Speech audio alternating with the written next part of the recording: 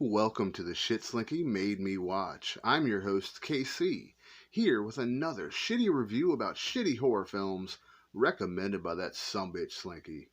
Here to talk to you about Ghoulies Part 4. It was released in 1994. And before we get into this one, you can't just add in flashbacks in a movie and then give it the title of that series. Um, this movie had nothing to do with ghoulies. There were no ghoulies in the entire thing, other than flashbacks to the original, which doesn't work. You learned that in Troll 2, where they took Goblin and then they just slapped on the Troll name and made it Troll 2, and it's supposedly the worst horror film ever made. I would beg to differ, but we've already seen that with The Butcher. But for this one, it opens up with a pretty hot chick, and she's in this like really tight leather outfit, and she breaks into this warehouse, and she's getting attacked by all these guards, and she ends up like wrecking their days pretty quickly with like a ninja star and a gun. But then she ends up conjuring up someone with all the dead bodies of these guards. You don't learn until later in the film that it is the like evil side of the original guy from the first film. Like somehow he like the good side of him is here on Earth, and his evil side is like in hell, and somehow she's like summons him up. Doesn't make any damn sense. It this whole movie just didn't make a lot of sense at all. And after all this is going on here in the warehouse, you have two little people that like pop up, and they're in like costumes. They look, green, like something like a maybe like a troll or something like that, or some little goblin-looking creature, but definitely not a ghoulie.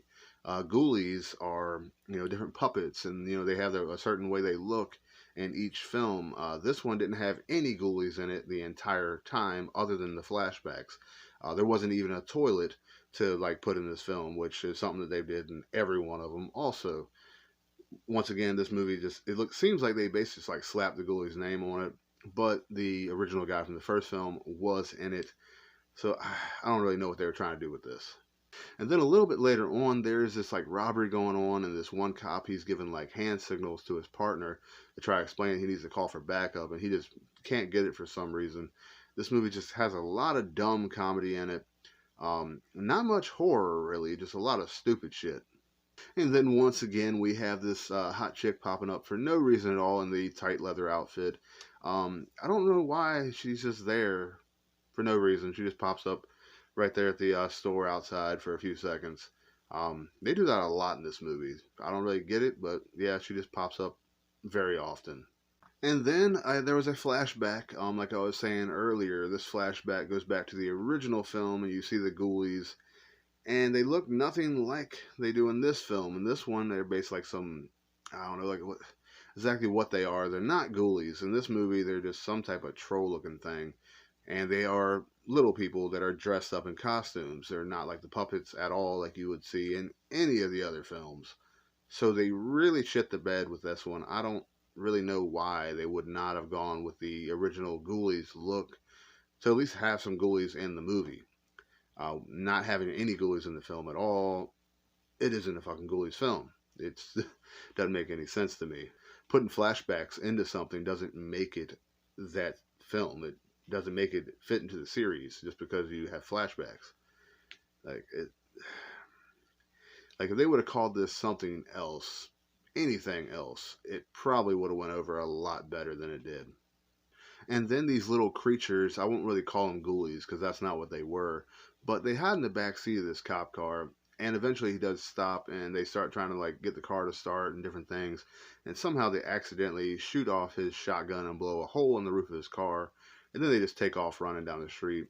I can't remember exactly what they say, but they do speak English in this one again, just like how they learned English back in college.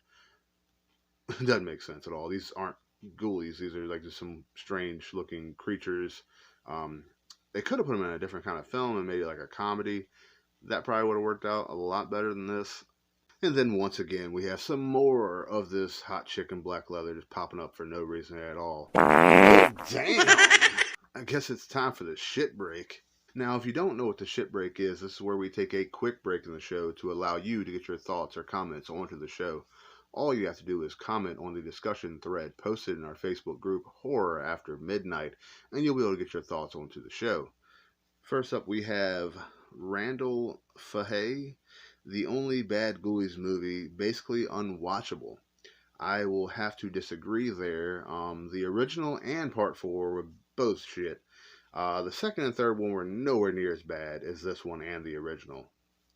Next up, we have Junior McLean. They look high as fuck. Look at that green one's eyes, all cross-eyed, like he don't know if he's coming or going. Yeah, in this movie, it kind of seemed like they just threw these guys in there to try to make it into a Ghoulies film without putting the puppets into it, like I've been saying. Um, yeah, and they do all kinds of dumb shit in this movie. Then we have Addison Hasmata. Is this a Leprechaun remake? No, it isn't. You would think so, though, by the way they look. They definitely could have done something with them, with these two characters, to make it like their own thing, separate from this altogether. And those of you that do not know, that is the Saw Guy from the Saw Guy podcast. Check him out on YouTube. And last but not least, we have Steven Corso. I kind of thought they all were pretty bad. I have to disagree with you also. Part 2 and 3 were not bad. Those are definitely a fun watch. This one and the original, like I said before, shit. Just absolute shit. Well, let's get back to the show. And then we have another flashback, I guess to remind you that this is a Ghoulies film, because there's nothing else in it that makes it a Ghoulies film other than the one guy from the original that's in this, and he's playing like a detective.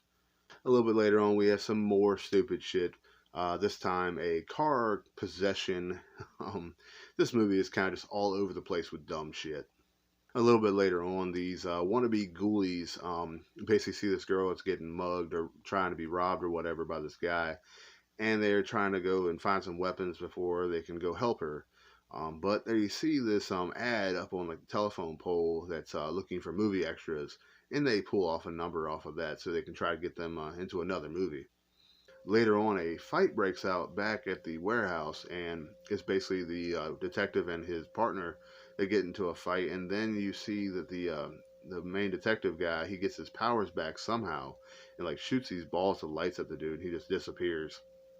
Like I said before, a lot of just dumb shit in this movie. And then even some more dumb shit. These wannabe ghoulies have gotten the keys to be able to get into the main detective's apartment, and while in there, they're checking out some Penthouse magazine. Just a lot of dumb comedy thrown in this movie. And some more dumb shit. While watching these hookers get picked up on the corner, these two wannabe ghoulie guys go and like jump in the back of a truck for a ride.